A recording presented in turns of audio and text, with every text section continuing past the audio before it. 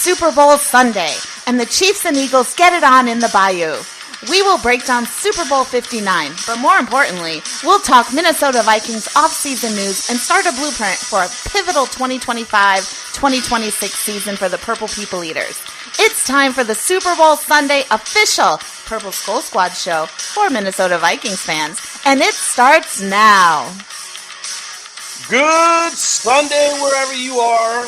The game is what? We're literally closing into 4 hours and 30 minutes away from kickoff at the Caesars Superdome in New Orleans, the NFL on Fox. We'll have the coverage. The numbers are tight for this game. I'm joined by the one and only Tony Bell from Minneapolis. Tony, how you doing today on Super Bowl Sunday? I'm okay. Not excited for the game, but other than that, I'm okay. Yeah, I think we've seen this one before. Like 2 years ago, we saw this one. Yeah, it's Ryan Peterson, the bearded voice of reason, and also the person who has cheers a great last name. Ryan, how you doing? Doing good. Excited for the game. I know it's not the matchup we all wanted, but it is the last meaningful football game for 6 months. In a few months, we'll be wanting to watch Packer games just to watch football. Oh, are we that desperate? Packers or Lions? I don't know. Oh my! I can do without. Yeah, exactly. Right. Bears. I could do without those three teams. I mean, let's be honest. There's only one team that matters in the NFC North, and we're going to talk about that here on the official Purple SKOL Squad show for Minnesota Vikings fans. We will talk about the offseason blueprint. We will talk about the NFL draft, what it means to the Vikings. We will talk about these really silly rumors, which we just want to dive into about J.J. McCarthy. But right now, it is the Eagles, the Chiefs. It's Mahomes versus Hurts. This is the second time these two teams will meet. If they meet one more time, they will equal the Cowboys and Steelers for most appearances in the Super Bowl by the same teams, which we hope we don't see because we're all kind of like, about this one. But we're asking you out there on the page. We've gotten some responses. It's your time to jump in as you get everything ready for your Super Bowl parties and for the game, because that's actually, even if you don't watch the game, the commercials are worth sitting there and seeing which of the commercials will be most entertaining. So you have that to look forward to. And then you have a pretty good halftime show as well. So there's reasons why the Super Bowl won't be the worst thing to see, because you despise these two teams because they win a lot. But here's the question. Which, in your opinion, was the best Super Bowl in your lifetime that you've seen, and why? So I will ask now our panel here, Tony Bell, the best Super Bowl to you was... I'm gonna go with Super Bowl 13, Pittsburgh and Dallas. That is my favorite by far. That game, that one was back and forth to the end. And then if Jackie Smith doesn't drop that pass, that is one of the most heartbreaking moments. In fact, that Super Bowl, Tony, which is one of why it's my favorite, was the fact that it had more Hall of Famers on the field than any other Super Bowl. Yeah. They had 17 Hall of Famers between Dallas and Pittsburgh. They were evenly matched. It was the second time they had played in the Super Bowl within 3 years. It's kind of like what the Chiefs and the Eagles are doing today. Remember that the Steelers beat them 21-17 in Super Bowl 10, and this was the chance for the Cowboys to get the revenge, and Jackie Smith could not hold on to it. And the Cowboys were defending champions because they won the Super Bowl the year before. They were trying to go for the back-to-back. Yep. Ryan, in your mind, your favorite Super Bowl, for whatever reason that you've enjoyed the most, and why? I'm going to go a little further back, not back that far. And no, it's not Hank Stram saying 69 power trap against the Vikings. He can rot wherever he is. I shouldn't speak ill of the dead, but I hate him. Anyway, the Super Bowl, the Bengals 49ers, where Montana saw John Candy sitting in the stands, and he's like, we're going to go there. That was a fun one. There's many more, but that one sticks out. Was incredible. That was true. That's one of the more dramatic Super Bowls. Yeah, that was. He made that last drive look so easy. I mean, if you think about perfect drives and somebody in clutch, that's why, And you have to feel bad for the Bengals because they played a really good Super Bowl. They lost Jim Crumrife, I believe, to a debilitating injury early in that game. And they wasn't that the offensive lineman? No, he was the nose tackle that got his leg, basically his knee crushed. Okay.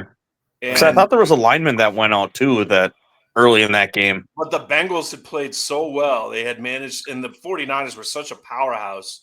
But you just left too much time on the clock. Any time left for Joe Montana was Joe Montana. He's so cool under pressure, and nothing bothers him. So surgical. Awesome Super Bowl. So Tony and I, we had Super Bowl 13, Steelers, Cowboys, two legendary teams. In fact, two teams that have played the most in Super Bowl history 3 times.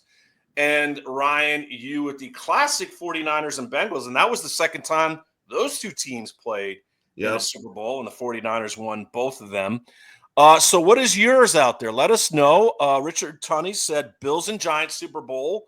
That is the kick that Scott Norwood missed. And that was, when you think about that Super Bowl, I believe that was Whitney Houston halftime Whitney show. Houston's, that was during the first Iraqi war, or the anthem, right? Yep. And that was two polar opposite teams. The Giants were ball control with Otis Anderson and Jeff Hostetler. The Bills under Marv Levy played that right up to the line, no huddle, fast-paced offense. It was a spectacular Super Bowl. Unfortunately for Bills fans, that would be the first one of 4 straight that they would lose, which is a record. And that was the one that they had a chance to win, and Scott Norwood missed a 40-yard field goal. Beth Noob, we love you, Beth. All 4 of the Vikings were in, even though they lost. I only remember one of them, and just remember my dad not being very happy, and that was the one in Pasadena, California, out here, when the Raiders stuck it to our Vikings. And Fran Tarkenton, probably, other than Jim Kelly, the worst statistics in Super Bowl history for a quarterback. Just not good times for Fran at the position. And, of course, he played some of the best defenses too, so that's not all just his fault. But no.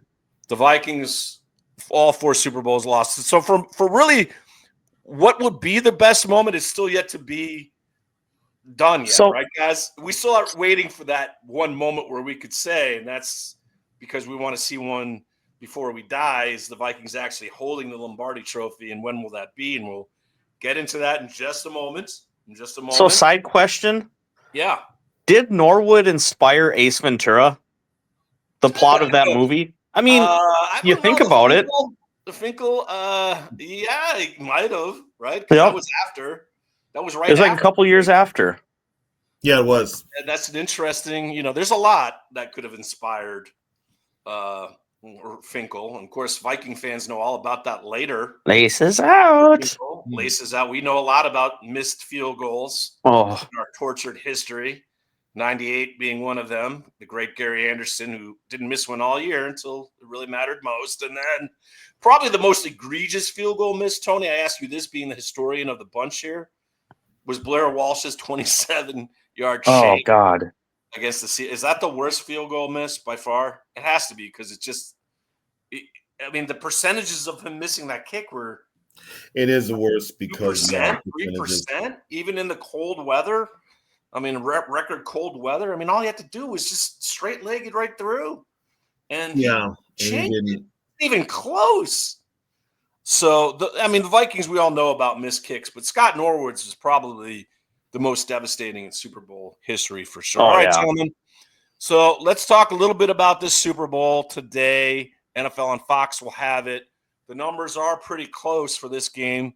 The Chiefs' latest 51% to 49% win probability, yet the Vegas odds has been shifting that the Eagles have been favorites, with the Vegas odds now over and under at 48.5.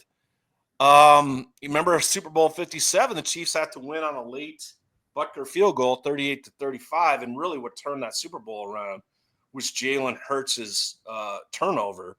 So What do you guys foresee happening, Tony, in this game? What are some of the keys for each team, and what's your prediction for this one? Who cares? I love Tony's enthusiasm for this one. I think a lot of us think that. Trust me, I don't. I could care less about this is the first Super Bowl I can say in years, literally ever, that I've been watching football, that I could care less about the Super Bowl. I have no interest in it. I could care less about the halftime, and I really don't want to watch the halftime. I don't care about the commercials. I just don't care. This game. Jeez. This game gives me no friggin' interest at all. And I'm a diehard football guy, but I think Tony, I think you would say this, and I think some of us have mocked saying this. Can they both lose? Wouldn't that be great if they both lost? I mean, if there's two franchises, and Kansas City, Kansas City's become the New England Patriots, right, Ryan? When you think about it, because the Patriots, no one really hated the Patriots. I mean, they were sort of like a decent team in the AFC. I mean, look, the history books will tell you the Patriots have played in more Super Bowls than any other team. They've been in 11, but that's when the hate started coming, was when they beat the Rams when they shouldn't have. That was one of the bigger upsets. Second biggest upset, I think, in Super Bowl history, behind the Jets beating the Colts in Super Bowl III.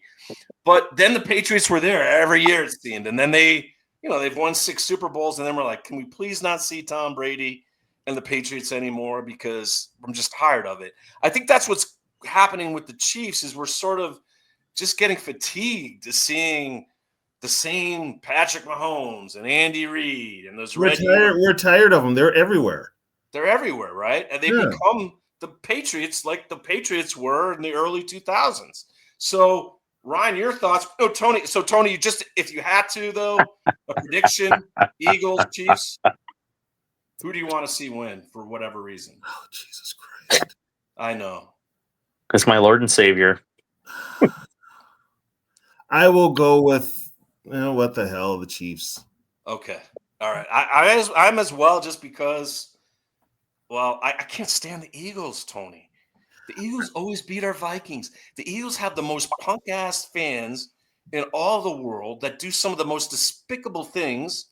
We all remember Millie, right? Do you remember Millie in 2017 when those freaking pugilists were screaming at a 98-year-old Millie? And it's just like they do that to everyone, and they think it's cool to do that. It's, you know what, though? It's Philly. That's just Philly naturally. Of course. They're being themselves. But it's deplorable. It's absolutely deplorable. The Chief fan base, well, other than I don't think the Chief fans are as obnoxious as Eagle fans. And so for that matter, I'm going with the Chiefs, 27-24. But Ryan, you're the one that's out of the three of us. Quality Control is looking forward to this game. I think she's rooting for the Eagles for some reason. I don't know if I'm going to even let her be in the house during the Super Bowl, because I can't have an Eagle fan in there. Come on. Are you afraid to call on me for my prediction? Oh, I'm sorry. No, I am not. So let's bring ladies first. Let's just delay Ryan Peterson for as long as we can. Ladies first. Prediction. And go with you there, Quality Control. What do you have? Because we know you're picking the Eagles, but what's your score, and why would you pick the Eagles other than to upset your husband? Well, I mean, there always has to be, an odd man out. I'll be the odd woman out, and I'm going to go with the Eagles 27-23 over the Chiefs. I don't want the Chiefs to have break any records that my Patriots There's a real reason. There's this selfish reason.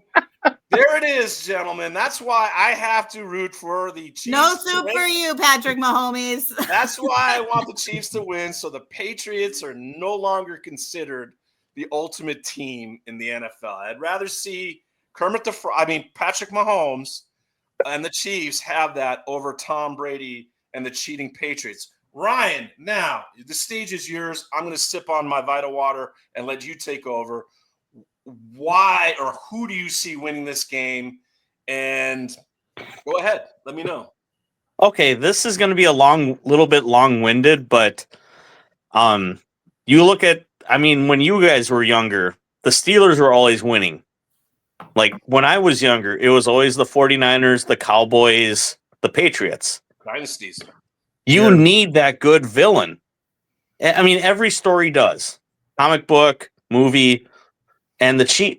And I like nothing personal against the Chiefs. They're kind of that villain, but they know how to like that first drive in Buffalo. I knew they were going to win that game because they came out just on fire, and you're just like, Patrick Mahomes, regardless what you think about him, knows how to do it in these clutch moments. I'd agree 100%. And he's a tough bastard too, Ryan. The guy plays hurt. He is. I mean, yeah, does it get annoying when the calls don't go the way the other teams?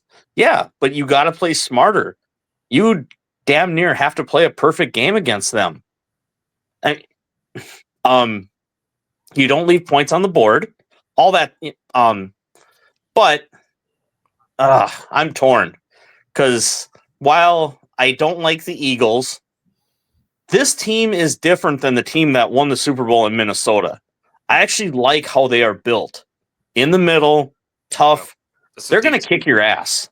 I mean, it's that simple. You make an argument, Ryan and Tony, that the Eagles are a deeper team as far as talent goes. Mm-hmm. They are deeper. They're also especially at the running back position. And let me tell you, there is not a person on the field today that wants to win a Super Bowl more than Saquon Barkley, so he can send a nice message to the Giants ownership, but mostly the GM of the Giants. Like, I think they've already received that message. I think they have. I think the fans have made sure that he knows. Let's say if you're the Chiefs, you've got to shut down. You've got to shut down Barkley and force Hurts to beat you. Hurts can't. I don't think Hurts can beat you. I agree. I agree with that. Hurts has not been Hurts hasn't been as explosive. AJ Brown's had a wonderful postseason, even though you look at him, he seems so disinterested in football when he's reading his books. But he's trying to increase his IQ level. Did Jalen got hurt earlier in the year, right? Yeah, he did at the end of the year too. Remember, he I don't think he played he played the last game of the year, but he was hurt. You could definitely tell his shoulder is not 100%. It shows. It shows. But he's playing hurt too. Listen, Jay, these two quarterbacks, you could argue the two toughest quarterbacks in the NFL. They play hurt. They play with just the ambition to win amongst these two. And let me tell you, there's probably not a stronger quarterback in the NFL. When I mean strength-wise than Jalen Hurts, which everyone will say, the tush push should be illegal, this and that. Well, yeah, it should be illegal because you can't stop it when he's the one doing it, because the man can squat over 400 pounds. He's that strong. And he's made himself, when nobody thought he would be, even though he was a second-round pick, he's made himself into a legitimate top 10 And by the way, the NFL's got to look at that because that's a terrible rule for them to allow help. It used to be helping the runner was illegal. And now in order to push the offensive game, this is what you got. And what's going to happen is you're going to get a bunch of players in that are going to get caught in those things, that are going to tear ligaments, break legs, and that's probably what it's going to take, Tony, for them to change that rule. They need to change the rule back to what it was. It's gimmicky. It's kind of gimmicky when you watch it, but you know what? They do it better than anybody else because, when we look at the matchup of this game today, gentlemen, it's really the Eagles have the best offensive line in football, and it will show. And it's going to force, and it's a great chess match. I love it. Well, by the way, I want somebody to keep track of how many times the Kansas City Chiefs tackle jumps off sides and actually Well, they all do that. They all leave there. It's amazing. They all go back in their stance before the ball's even snapped. I see it every single game. It's widespread in the NFL now because you talk about gimmicky. The NFL is gimmicky. Let's just put it that way. Right now, left tackles are leaving way before the ball is snapped, not getting called. Why is that? Because the NFL is doing whatever it takes to protect the quarterback. That's absolutely true. That's absolutely true. So, I will say, though, the best chance the Eagles have to win is I hope Hurts has his handoff motion, down pat. You just run the Chiefs into the ground. Because if you do not, you are screwed. They will find a way to win. I have a feeling, and Tony, you're probably going to agree with me. Steve Spagnuolo is one of the best defensive coordinators in football. He's going to have his team ready to kind of take Saquon out of this game. He's going to do whatever he can. And then it comes down to Jalen Hurts doing some play action and getting the ball to Devontae Smith and to getting the ball to A.J. Brown. And really a guy that I know my wife thinks is going to have a big impact on this game, Dallas Goedert, because she bet on him. I'll be right back. Yeah, that's where the Eagles, I think, are kind of going to look for is to win the Chiefs. Tony kind of stack the line or try to discourage Saquon Barkley. They're going to throw the ball. They're going to throw it probably intermediately. So I don't see Jalen Hurts being a great deep passer. But if the Chiefs cheat, there could be some big plays in this game. So it's going to be interesting to see. Vegas is split on this game, as I said. The win probability, Chiefs are favored by 51% to 49%, but then the odds say the Eagles are 1.5 favorites. So that doesn't really kind of mesh together too well. There are some impressive statistics in this game. As I said, Andy Reid is going to tie Don Shula's Super Bowl appearance record with his 6th Super Bowl. So that's something that you got to tip your cap. And boy, wouldn't Andy Reid like to win his 5th Super Bowl or 4th Super Bowl beating the Eagles. So we'll have to see how that goes, the team in which he took to the Super Bowl in his first stop as a head coach. But that is the Super Bowl that's coming up later today. Really quickly, gentlemen, and I asked you this question. Ryan, who are the 4 teams that have yet to play in a Super Bowl? Funny you should ask. I'm going to go with the Lions, the Texans, the Browns. Oh, dang it. They're in Florida. Jaguars. Yes. Dang it. Historian, the smartest one when it comes to football knowledge. Who are the 12 teams? Now, who are the 8 other teams? Since Ryan gave you 4 teams that haven't even been in a Super Bowl. So what are the other 8 teams that have never won a Super Bowl? Oh, gee, the first 2 off the top of your head. Minnesota, Buffalo, Chargers. Yep. The Chargers. We got some also one and dones there too. You got the Cardinals. The Cardinals, forgot they went. Titans went once. Titans. Yep. And then there's one that's actually been there twice. 2 of them. The next 2 play in the same division. Both have been there twice. And both Bengals. Bengals. They're 0-3. They're 0-3. Bengals are 0-3. And the 2 play in the division. They're both in the NFC South. Oh, Atlanta. 0-2. Carolina. Sorry, Carolina. And Carolina 0-2. Carolina lost that heartbreaker to Adam Vinatieri on the Patriots in a game that they had a chance to win. And that game was also in New Orleans, if I recall, because someone this group was at that game, and that was one of the most interesting halftime shows in the history of mankind. And actually, I got onto national radio because people wanted my perspective of Justin Timberlake derobing the great Janet Jackson. So, which is interesting, the fact that she said that it was a mistake or a malfunction, but she had something around her nipple that made it seem like this was to be expected. Okay, so that was she didn't. Justin apologized for it. She never did. No, she never did. So it was to be expected. That was going to happen in that infamous Super Bowl. By the way, since we're talking about history here,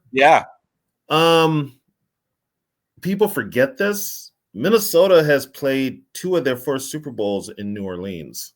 Right, so not a really good. I forgot about that too. They played it, but they played at Tulane Stadium. Here's the kicker with that: they were supposed to play Super Bowl 9 in the Superdome, but it wasn't. I think it wasn't done yet, or it was behind. It wasn't ready, so they got it stuck. It wasn't ready, so they got stuck at Tulane Stadium in the rain. And the Dolphins. And that was the Steelers. Oh, that was the Steeler one. That was the 16-6. Yeah. And where did they play the Dolphins? Play the Dolphins at Rice Stadium in Houston. Yeah. Oh, okay. I knew there was a Rice Stadium, but I thought that was the Steelers. Vikings-Steelers Super Bowl was the fact the Vikings were sort of in it scoreboard-wise. Mm-hmm. not really competitively though, because Couldn't Fran run the ball. Tarkenton. All you remember in that game is Fran Tarkenton being picked up by Dwight White, and he was running around for his life. But the only Oklahoma native to score a touchdown in the Super Bowl was Terry Brown. Right? He recovered the blocked kick in the end zone, and then Fred Cox proceeded to miss the extra point. But that was the only score of the game, but that is another little trivia fact about the Super Bowl. Now, before we move on to what matters most in our hearts, which is the Minnesota Vikings offseason, let me ask you this. Do you guys know the 4 teams with a perfect record in the Super Bowl? That's a toughie. Oh, 4 teams. Perfect record. Mm-hmm. The Jets. Yep, 1-0. yep, Jets. They have that. Jets fans, JETSS. You got it. JETS 1-0. You have a perfect 1,000 percentage in the Super Bowl. Jets. Are the Redskins / Commanders? No, they lost. That's right. They lost to Miami. Jets. Saints. Yes, Tony Bell. 1-0 against the Colts. The one we should have been in that Super Bowl, but whatever. Yeah. Saints and Colts, and there's 2 others. One wears purple. Ravens. Ravens. 2-0. And the last one, Brad Johnson played quarterback for him. Tampa Buccaneers. 2-0. Tom Brady's last Super Bowl one was with the Buccaneers. So Bucks 2-0, Ravens 2-0, Saints 1-0, Jets 1-0. The 4 teams with a perfect record in the Super Bowl.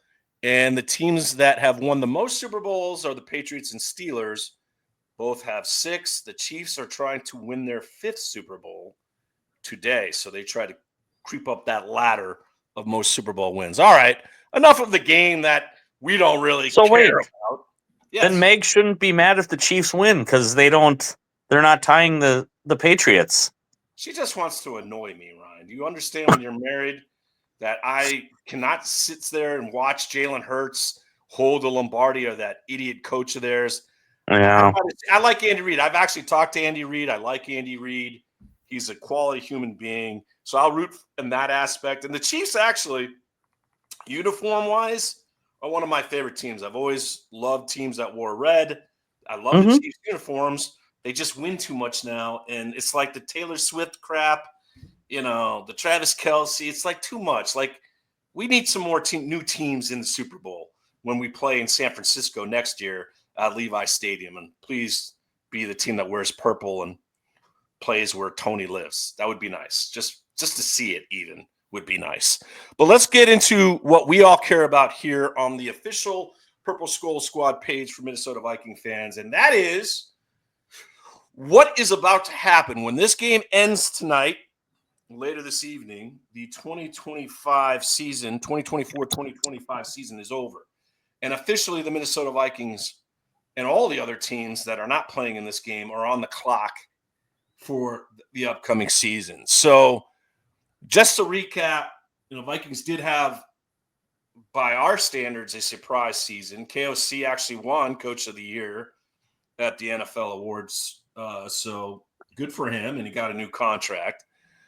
But the big rumors that I think I want to jump into is this whole thing that's being created, Tony and Ryan, that J.J. McCarthy could be on the trade block. Are we stupid people? No. The Vikings are not keeping Sam Darnold. The Vikings are not – well, I don't know if they are or not because Matthew Stafford certainly has a relationship with KOC. Could they be acquiring him? Is this going to be every year now, every offseason? There's going to be this, Matthew Stafford's coming to Minnesota. Matthew Stafford's coming to – no, he's not. Yeah, no, I think he's finishing his career. He's not, for God's sakes. This is just making the media, right? This is making the rounds. This is what happens when your team's not playing in the Super Bowl and you're thinking about next year. So people are creating these wonderful little rumors that are out there. But there is no way. I just want every team, and I want to hear from you, Tony and Ryan, and passionately so. There is no way in hell that the Minnesota Vikings are trading J.J. McCarthy. There is a 0% 0.00% chance. Just get that through your head, everyone that's watching this on YouTube or on our Facebook. There is no way JJ gets traded. None. And if he does, it will go down as one of the biggest mistakes in Minnesota Vikings history. We got a franchise quarterback. This draft, the 2024 draft, is on pace to be historically great for these quarterbacks. Daniels, Williams, Nix, Penix all showed us a lot. Drake May looks like this guy's going to lead the Patriots back to greatness. Hopefully no time soon, because then I got to deal with Patriot Meg, okay, which is just obnoxious since they've been in 11 Super Bowls enough. But J.J. McCarthy is it.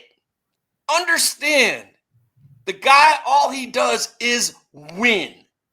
He wins. 66-3. High school, 1. Pop Warner, 1. Hockey, 1. College football, 27-1.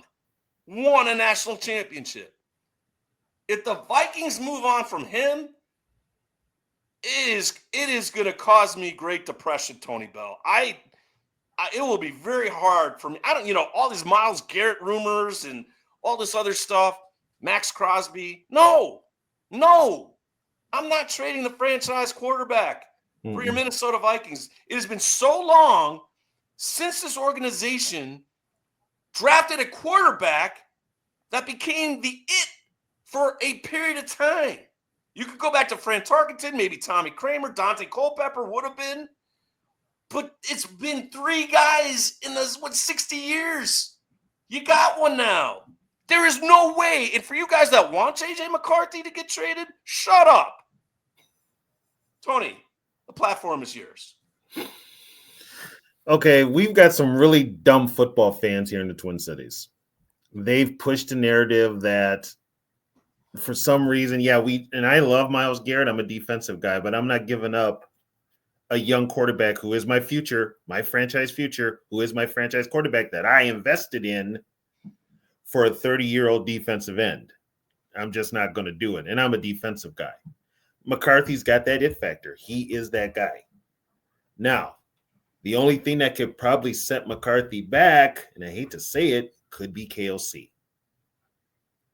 Let's just be honest. There's something. Isn't that ironic that you would say that, though, Tony? Because everyone's like, well, we got KOC, so McCarthy should be enhanced by that. But what you're saying, there's merit to it, because if you don't run the ball enough with a young quarterback and you don't protect him, he could. If you don't improve that offensive line, he's going to be right back on IR like he was this.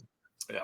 You've got to, and I don't know what the hell all of a sudden now KOC is going to put more into, like, he has more decision making. What the hell have you been doing up here the last 3 years? Yeah, right.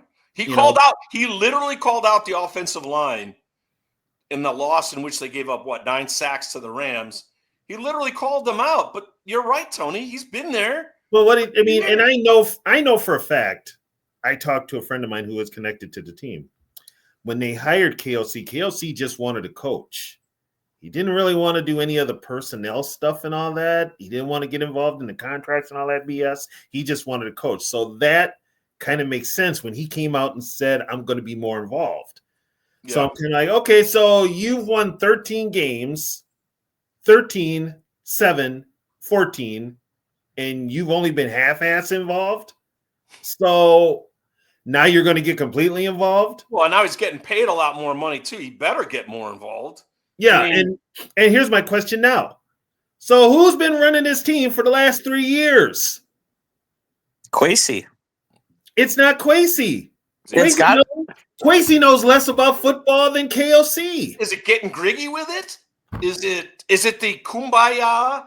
Is it the Kumbaya group? I think it is the Kumbaya. I think it is Grigson, Mark Wilf, what's that guy's name? Andrew Berry.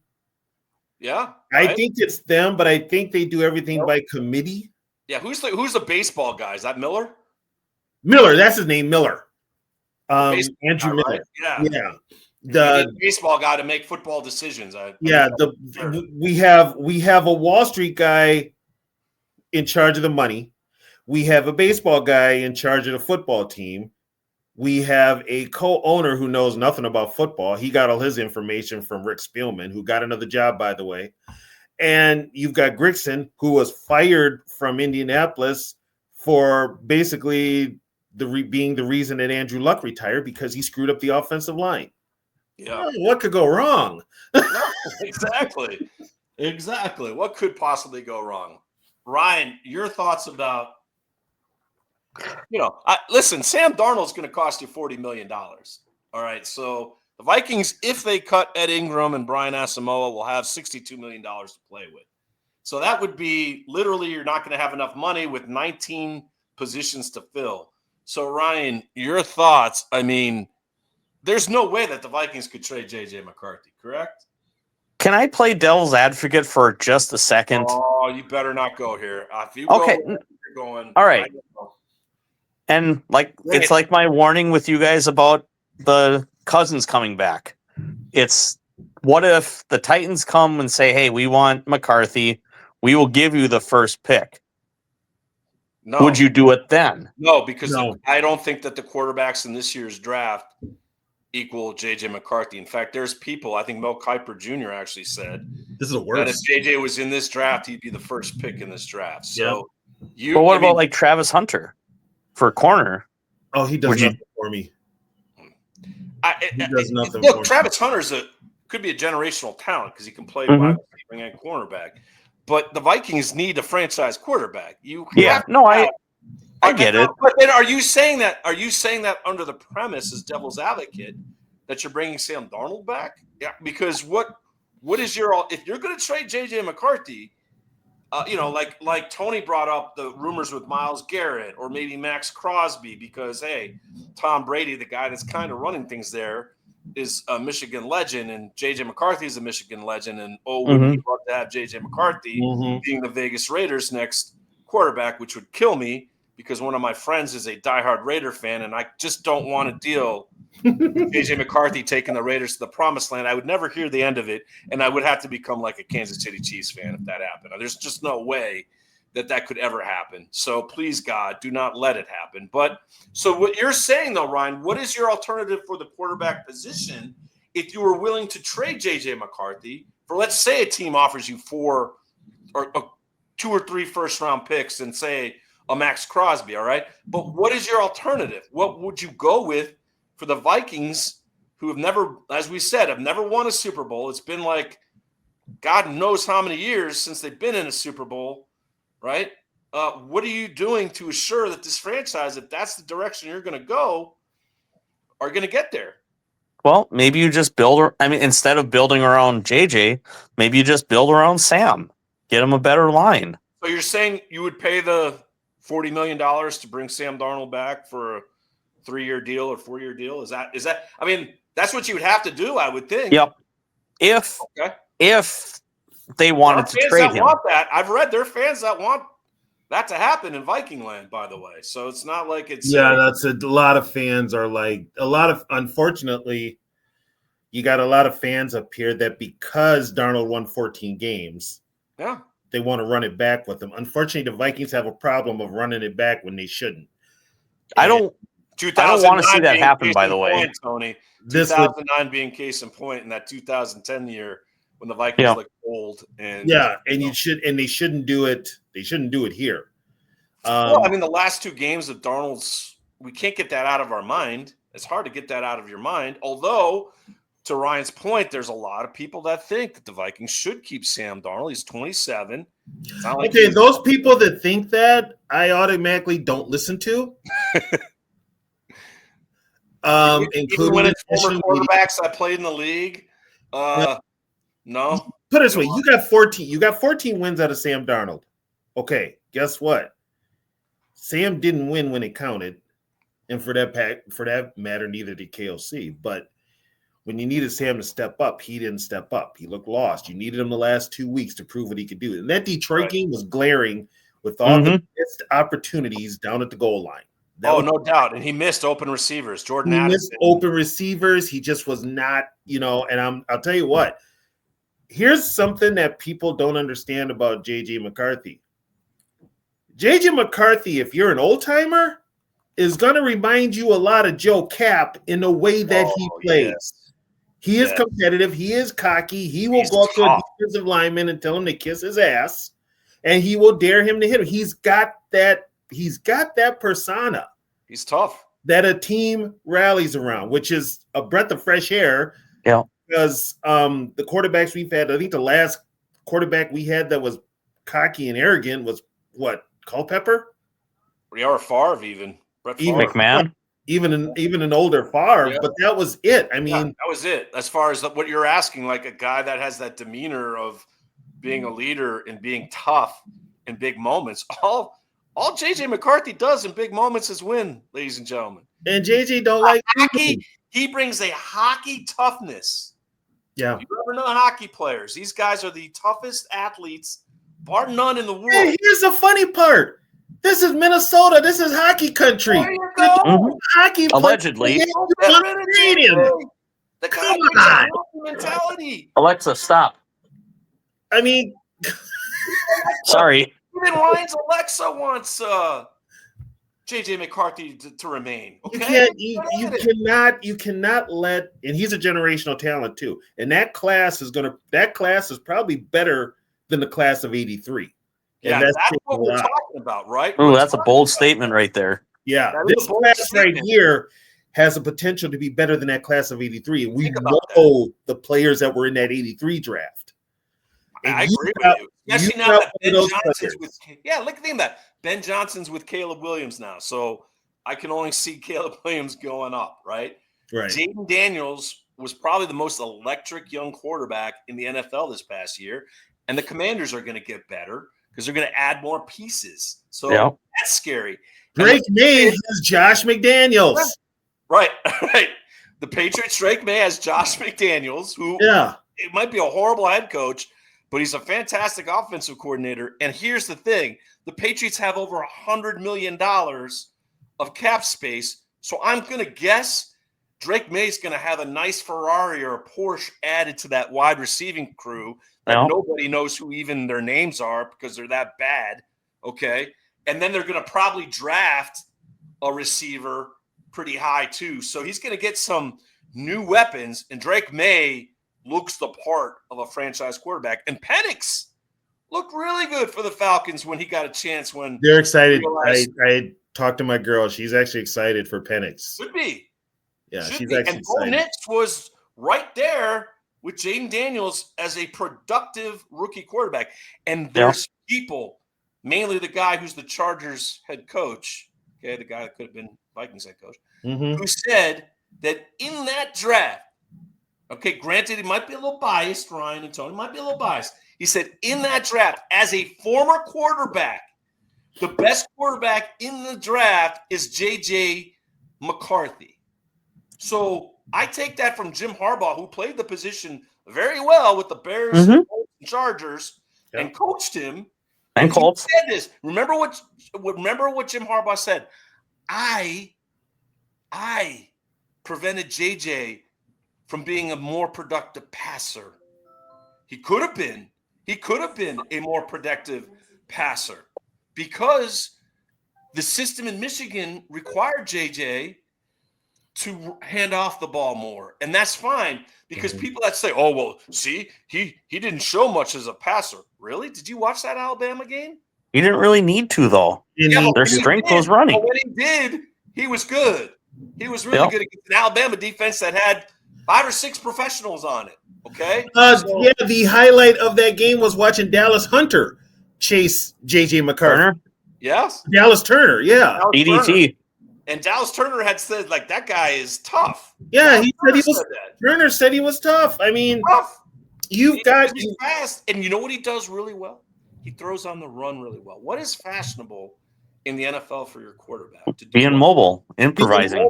But here's the problem. You've got a HC/OC who doesn't like mobile quarterbacks. That is he's going to have to get used to it.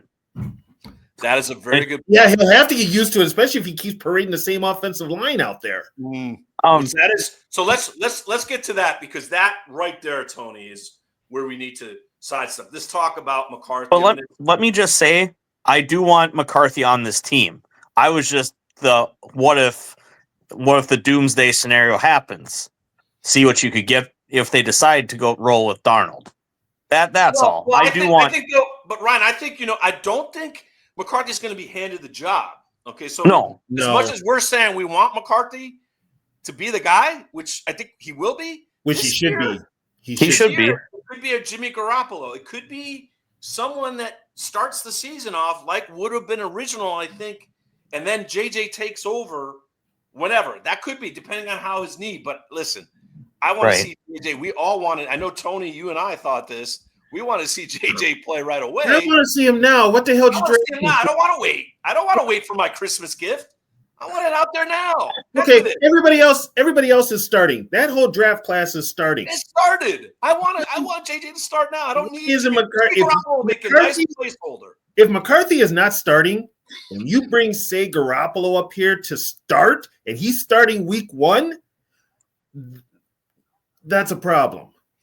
I would agree. Then you're like, that's a problem. Because then you're worried about did JJ regress somewhere during preseason? I think JJ's starting week 1. But everybody, I really do. I do too. You know why, Ryan? I'm going to add to that. When you watch KOC talk about JJ, you can just see.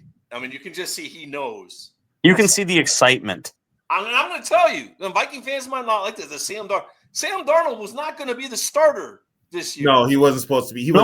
We weren't even supposed to be. McCarthy was going to be the starter. So just get that around and grasp that how good JJ McCarthy was in training camp. Okay? Right. So, and in that preseason game, I don't care if it's against guys begging groceries right now. He still looked good. Yeah, he was. I had him already a starter after that preseason game. I'm like, just start. He just looks the part too, right? I was so stoked. He just looks like he's just a badass. And there's that feeling you get when you look at a quarterback. You get a confidence. Like Chief fans have it with Mahomes, right? I mean, it's just if there's any amount of time on a clock, he can win the game for you if you're down. He's got control of the huddle. He's got control. Josh Allen is that kind of guy now. You're like, look at, okay, we're down a touchdown or it's 5 or 3 points. Guess what? We got Josh Allen. We're in a good way. Lamar Jackson. There's so many great quarterbacks in this league. JJ could be that guy. I'm telling you, patience is a virtue here. But I think it could happen quite quickly because the Vikings have a lot of talent on the team. And if JJ could be the difference maker, he really can be the difference maker. But we will be talking a lot about this during the offseason and when we get close to training camp and the season. It's going to be exciting. And the only thing we can ask is that JJ stay healthy, because that could be a concern that JJ might be one of those guys that just is injury prone. So we don't know. Also, from a business standpoint, it makes sense to stick with JJ because you can see his deficiencies and slowly build around him for the next 4 years. Wow, Ryan. We have not seen that. No. I haven't in my lifetime. Right. While Ryan, you also get the rookie contract. Yep. Mm-hmm. Years, right? And then at 5th year, you have to up it, but that's okay. We want that problem. We want to up his contract and then give him, what we hope that he'll get, because he's going to lead us to the promised land. All right. So let's just kind of sway to other aspects that the Vikings have to deal with in this offseason as they sit there to try to put a blueprint of what will it take to get the Vikings to be in Super Bowl 60 in San Francisco next year. So the big thing that's going to happen first, Tony and Ryan, is they have to re-sign their own players, right? And then they have to look at free agency to fill quite a few holes. I think the three of us would agree that offensive guard, center, defensive tackle, cornerback, and running back are all positions of concern. So who of the bunch that we have currently in the fold would you consider keeping? And that means, would you consider keeping Byron Murphy, Cam Bynum, Aaron Jones, Sam Darnold? Obviously you could throw in there. Ryan brought that as a possibility, but who do you guys think? And I start with you, Tony, on this. Do you think maybe re-signing, and then where do you guys put, to follow this up, where do you put first? Is free agency going to be for players, that can make immediate contributions and then the draft to fill holes, or are you going to go light on free agency and use the draft to fill most of your holes? What position, should I say, are you more inclined to use up your free agents' dollars and then rely on the draft to fix otherwise? First and foremost, in free agency, offensive line. Yeah, interior. You need a center and you need a guard. Now, we need 2 guards, but I'm thinking Dalton Reisner gets re-signed, moved back to left guard. And he's an affordable affordable. He's also good friends with the O-line coach, Chris Cooper. That's another thing. So that leaves you with center and right guard. Okay, the Kansas City guard is going to price himself way out of the market. I think so too. I can't see spending $25 million on a guard. There's Becton in Philly. He might ask a lot too. So you kind of got to look down the line. So the only ones I could think of right now, maybe Dahlman at center. Yeah. From the Falcons. Yep.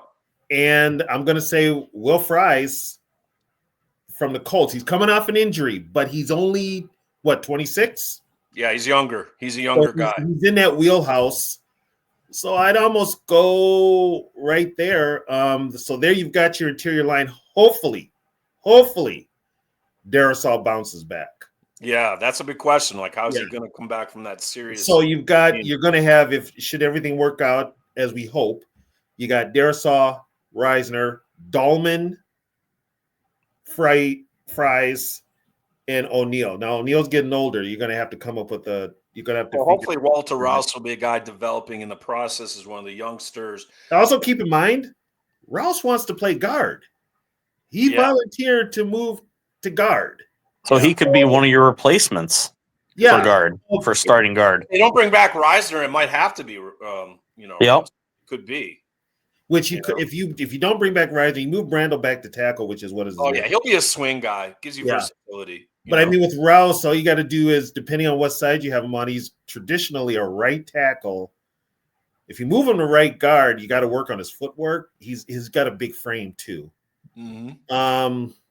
It might work, but you're gonna need at least. You can't run it back with Bradbury. You just cannot run it back with Bradbury. So I'm going with Dahlman. I'm going to give JJ a fighting chance, and I'm going to get the best center out there. And would that then lead you to the guy that you would cut maybe from the team with your number one guy to not see back in a Vikings uniform? Am I going to guess that's Garrett Bradbury? I'm guessing it's going to be Bradbury and Ingram. They're gone. Wasn't Ingram gone already? Basically, yeah. He was. I thought he was cut. No, he's still on the team. He was a backup. Okay. You got to wait for a certain time, but he'll probably be cut. So they drafted Juergens last year, which we didn't see any of. Feeney never got a chance. He's a free agent. Yeah, I think the mullet. I think the mullet that is Feeney's gone. Yeah, it's not as cool as Jared Allen's.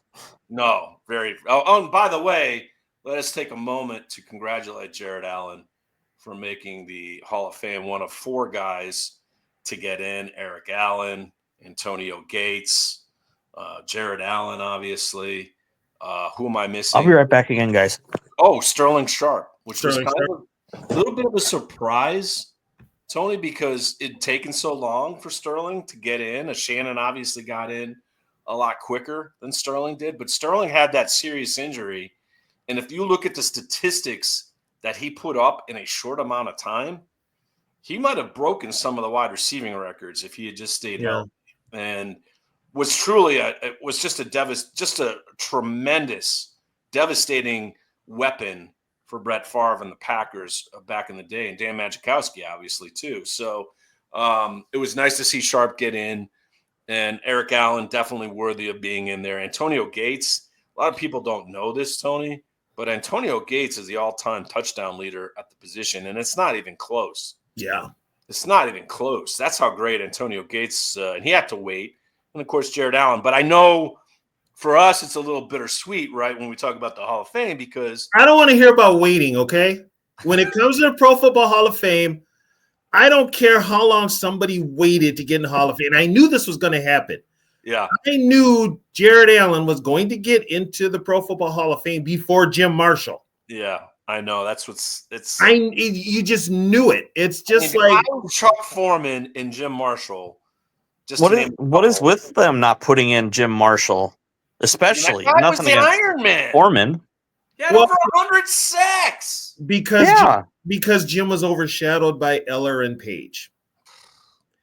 And but they're in the Hall of. Why not just put them in the Hall of Fame? Yeah, but when it's the national media, Bob Lertzema told me this. With the national media, they go by they're not the hometown people. I think the only hometown guy we had at one time was Sid Hartman, and after him, I forget who it was. But with the national media, they don't look at the team like we do. They don't know the team we do. So when it came up for those guys, I mean, it took Eller forever to get into the Hall of Fame. Allen was the first one to go in, and then Allen, there was some stuff there, but it, just to get Eller in, just to get Paul Krause in, just to get Bud Grant in. They weren't going to let Bud Grant in either. McTingleoff, another one. Just to get it took McTingleoff 37 years, and Mick was there and didn't even remember it. That's stupid. But it's the devastating factor of losing Super Bowls.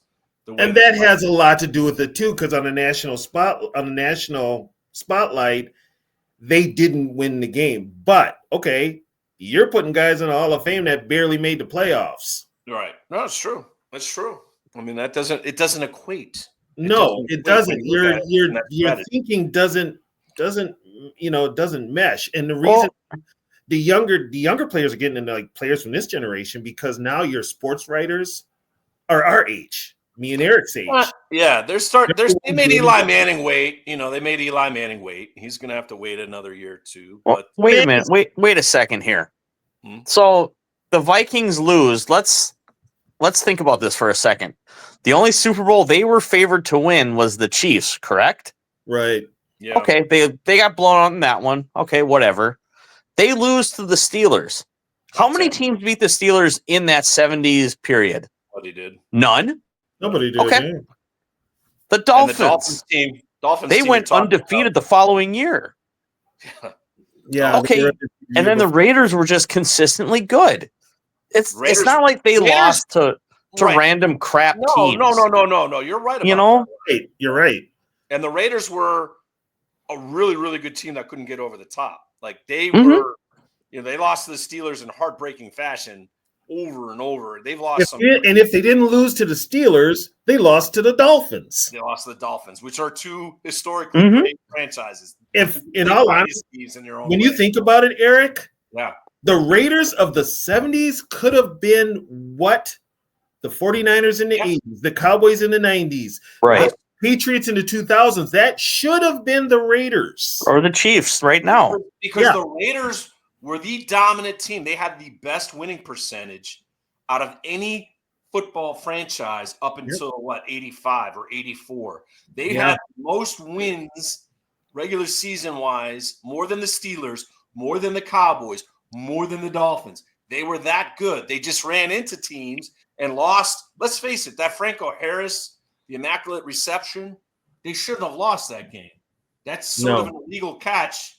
Even today, they should have. If there was instant replay, that probably wouldn't have counted, and the Raiders would have gone on to the Super Bowl that year. So there's a lot of ways in which you look at that the Raiders certainly. So the Vikings lost. You're right, Ryan, to some great teams, right? We didn't lose to pushovers. Put it that way. The Chiefs were a great team too. The Chiefs had been in the Super Bowl. 2 years prior to that? So they had been when they played us. That was their third straight Super Bowl. Right. I just hate the whole narrative where the Vikings choke. No, here's the other aspect. Really good teams. Did Andre Reed get into the Hall of Fame? I think he did. I think Reed got him.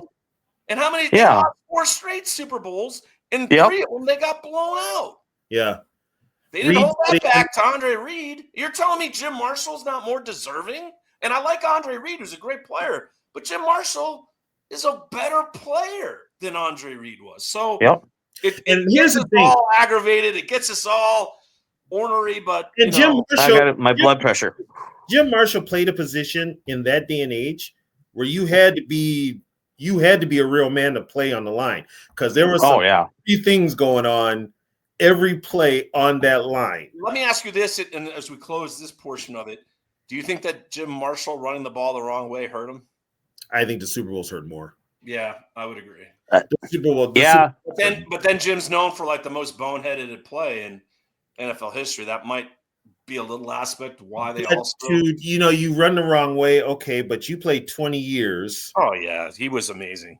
And, Iron Man. But also, here's another thing though, too. All the years Jim played, Jim only made All-Pro twice. He only played in 2 Pro Bowls. Well, it was because I think Eller and Page constantly got into the Pro Bowl. And Eller got in more than him. Eller was the one that was a star. And then Page became a star in like 70, 71. Yeah. After that, but he was Captain Jim. Never missed a game, played hurt. He was the barometer. He really was. And as Bud Grant said, probably Bud Grant's favorite player, one of them. Grant just called him a leader. Yeah. He was Bud's favorite player. God, man. All right, Ryan, what are you doing? What are you you're losing your focus. What is going on? Like nobody could make a shot. Oh, you're watching what game? Might as well bring the crowd in while you're doing the Bucks and Sixers. Oh, okay. All right. Do you have money? Like nobody could make it. Like the shot like right in front, nobody could make. I'm like, seriously. Oh, they can make Embiid playing points. They can make a layup. Is Joel Embiid playing today, or is he taking a maintenance day? I don't know. The NBA, it's like you have to wonder who's playing and who's not. It's a joke. I went through that last night with the Timberwolves. Like Conley didn't play, Edwards didn't play, nobody played, and they still won. Edwards didn't play, and they still won. Yeah. Jeez, unbelievable what's going on in the NBA. All right, really quickly, Ryan, your thoughts. Like, where do you think the Vikings? What are they addressing? Are they going to address more so the offensive line in free agency and then maybe worry about the defense during the draft? How do you kind of look at it? And what do you feel is the most important position for the Vikings to address? I feel the offensive line is. I mean, I don't care who you have. If you have to get the older lineman from Detroit, get some linemen in here that can block for McCarthy. Yeah. Kevin Zettler had the highest grade of any of the free agent offensive linemen, and the Lions are going to try to bring him back. And Zettler's what, 35? Yeah, he's up there. He's like 35 or 36, but he might play for one more year, and it gives you an extra year to kind of groom somebody or maybe draft somebody to replace him, or maybe Walter Rouse will be ready. And it wouldn't be bad to. I know I hate to do it, but maybe you just patchwork get a couple competent guards in there. Maybe you just keep Bradbury. We just roll with Bradbury at center because we can get some good guards. Maybe that'll take pressure off of him. It might, and Bradbury's does get a really bad rap because one, he's undersized. He is undersized. He's very undersized. But look who he's had playing next to him. Let's be honest.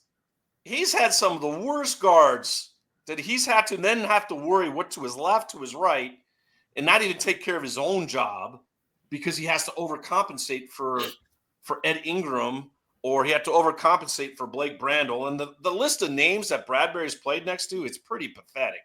And it just shows you that the lack of concern that the Vikings front office and coaching staff have had for the interior of the offensive line. So, I mean, listen, out of all that, I kind of want to see the Vikings sign Trey Smith. I just don't think financially they're going to get up to that point because you got $62 million to play with, 58 right now.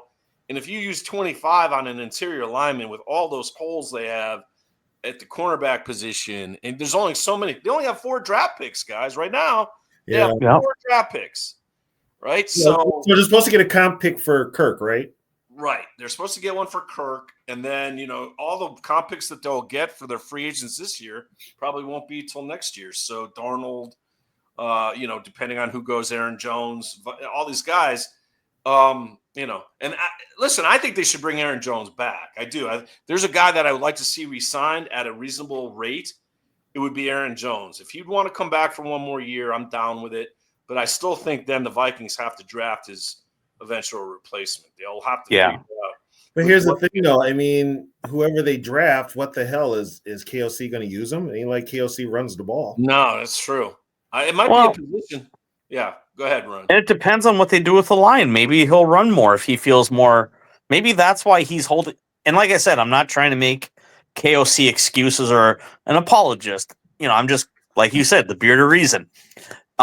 Maybe he's just trying. Maybe he wants the line to get good so he can feel comfortable running the ball. Maybe he knows, okay, we can't do jack with this running game. But he got 1,000 yards out of Dalvin Cook. Yeah, I know. I'm just trying to find the logic. That's all. Don't kill the messenger. No, I get what you're saying, Ryan. I understand, but it's just KOC has to watch who's in the Super Bowl right now. Yeah. And those two teams do what? They run the ball very well. You know who he should watch? He should watch his mentor, McVay. Oh, I know. McVay's always gets this credit for being this ingenious pass, boom, this, that. He runs McVay was running the ball. The ball. He uses his shifts and his motions to fool your ass. And then before you know it, Williams is running 5, 6, 7 yards on you, setting up second and manageable. Third. Okay, I got a question for you guys, especially for you, Eric. Yeah. How much of a hit do you take if you trade Hawkinson? See the problem with that is depends where all his bonuses are. And listen, that's that we haven't even discussed that, the elephant in the room with TJ. And I didn't really see a lot of separation from him. No. I'm wondering how devastating that injury was. It wasn't the same TJ. Now, does he deserve a full year to get back and see what he is? Yes, but for the price that you're paying him and depending on what the salary is, I mean, he could be a guy that you would consider moving if another team would take him. But I don't know how much relief the Vikings would get cap-wise out of that. But to create more space, you at least put feelers out there. Yeah. But the problem with that is that Josh Oliver's a free agent, right? So he's up for an extension, I should say. Excuse me. He's up for an extension, so you'd want to extend him. Metellus is up for an extension. Van Ginkel is, do you want to go into this being just his last year? No. Work him in for another 2-3 years. So that's where the money, all this stuff, it adds up. And how much are you going to have left to play with? So bringing up that point, Tony. Not Rip Van Ginkel, no. You also got another problem, too. Addison's facing suspension, Jordan Addison. Yeah, and he's coming I think you dangle him for trade bait. Honestly. The one that's circling around out here, guys, is that Addison picks to the Rams for Stafford and Kupp. Now, we can sit here and say, no way. Really? What is the love affair with Stafford? I wouldn't say no, because though. He won a Super Bowl with KOC and McVay in LA and Kupp. Yeah, but guess who called the plays? Right, exactly. True. But remember during the season, they were talking about maybe trading Darnold for Stafford before they played that game, that primetime game when the Rams were struggling. They were thinking about moving Stafford there, and then the Rams thanks to the refs beating the Vikings. Who are the Rams looking at to replace him? Well, if they get rid of him? Could be the guy that we have just dangling out there, Sam Darnold. Could be. I'm going to be honest. I think Darnold ends up a Raider. I think so too. I do too. Yeah. I think he ends up a Raider. And hey, Jimmy Garoppolo is still under, or the Rams could re-sign him. I could see McVay working with Garoppolo. Why wouldn't he? And then they draft a quarterback. The Rams are at that point. Listen, I think Stafford's staying there, but those rumors are flying. Giants seemingly would like to get their hands on Stafford. Why wouldn't you? Gives you a year to draft a guy and sit, and then you would get to have Stafford teach him. Well, now you're going to have another. You're going to have another puzzle in the quarterback shuffle too, because now Rodgers ain't going back to the Jets. I don't think so. Rodgers the sequel Jets.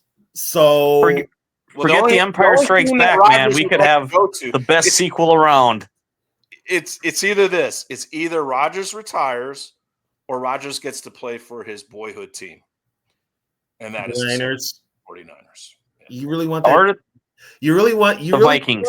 You really want Rodgers in the same locker room with Bosa? Stop it, Ryan. I'm joking. With Kirk Cousins. Now you want to bring Aaron Rodgers to try to repeat the Brett Favre magic, right? Well, I mean, yes, there is a percentage on it. If you go to Vegas, there is a percentage on it. Like I said, he can be like Kylo Ren talking to Darth Vader's mask, saying, "I will finish what you started." You're going to talk about the guy that will destroy J.J. McCarthy just because of his presence there, being a diva. Yeah, it won't happen. Lord. But full disclosure, it won't. But Ryan, people are writing that story. It's come out. It's out there, Ryan. It's people. There are people. I know pictures of Rodgers in a Vikings uniform. It's like, ooh. Let's bring back the magic of 09. No. My brother cringes every time I joke with him about it. All right, before we go, guys, so you guys saw the Randy Moss return, right? How did you guys see on ESPN? I saw it, yeah. I was really emotional, and God bless Randy and the fight. I mean, I know all about cancer and just living with a 4-time survivor, that being quality control, and the scariness that it is, because every time you go for a physical or every time you go for to see your doctors and they do tests, it's just you're worrying beyond belief. But to see Randy back, I think that's awesome. I think everyone here on the official Purple Skull Squad page for Minnesota Viking fans, we all want to send Randy our love, and it's great to see him back. And I miss just talking to Randy. That was one of I think if I look at my accomplishments as far as working as a producer and getting a star athlete on a show, having Randy Moss be my weekly correspondent at Fox Sports Radio was one of the biggest things that Fox Sports Radio ever did. And it was nice because I got to talk to Randy, and he really enjoyed it until the Oakland Raiders stepped in and took him away from us. But that's another story for another day. But Randy was awesome, and I'm really happy to see him doing something that he loves, because I knew he'd be good at it. And we just wanted to send our well wishes on that. Yeah, I know he gets a bad rap because of where he quit playing, like the Washington game. You know, the cop incident. But when it came time to back it up, he did. And I equate him with Kirby Puckett, because I'm a Twins fan because of Kirby Puckett. And you look at, there have been no blackout games since Moss. He made the Vikings must-see TV. No doubt about it. And just that alone, I can look past his little F-ups off the field. This is not to take anything away from Jerry Rice, who's considered the best receiver. But physically and gifted-wise, I don't think there's been a better athlete at the wide receiving position, and the most devastating. If you were to pick, if teams were, say, everyone was 22 years old again, okay, and you saw and you knew what Randy Moss and Jerry Rice and all the great receivers. I mean, there's been so many. But I think I would pick Randy Moss number one. Oh, easily. How good he was. He was the most. He changed defenses in the NFL. Cover 2 became fashionable because of Randy Moss. Well, look what it did with the Packers, how they drafted that following year. Yeah, the Packers were drafting for years later, even up until Randy Moss, here's how you put it. To cover him. Randy Moss scared defenses more than any other wide receiver that's been on this earth. There was nobody with the combination of speed, size, awesome hands, and the ability to destroy. Listen, in that Super Bowl that the Patriots lost to the Giants, the first one, if you recall, the last play of the game, Randy Moss beat the what do they call it? Prevent defense was open. He was open. If Tom Brady could have thrown the ball long enough, Randy Moss would have scored for the Patriots. He beat prevent defense. That guy physically was beyond words. Also, he was a freak. Also, we got to keep this in mind too. Yeah. Everybody, and I give Jerry Rice a ton of credit. Jerry Rice wasn't a starter. Jerry had a lot of problems. I mean, if you ever Jerry had dropsies in his first year or so, he dropped a lot of passes. He did not. To his credit, He did not come into his own until maybe his second or third year. But to his credit, his own until maybe his second or third year. But to his credit, nobody. Here's where I'll say the difference between Jerry and Randy is Jerry worked at his craft harder than any other human being on the face of the planet. He worked to be the best. Yeah. And, Jerry Rice in later years with the Raiders still put up 1,000 yards, some incredible year. He had over 80 or 90 receptions.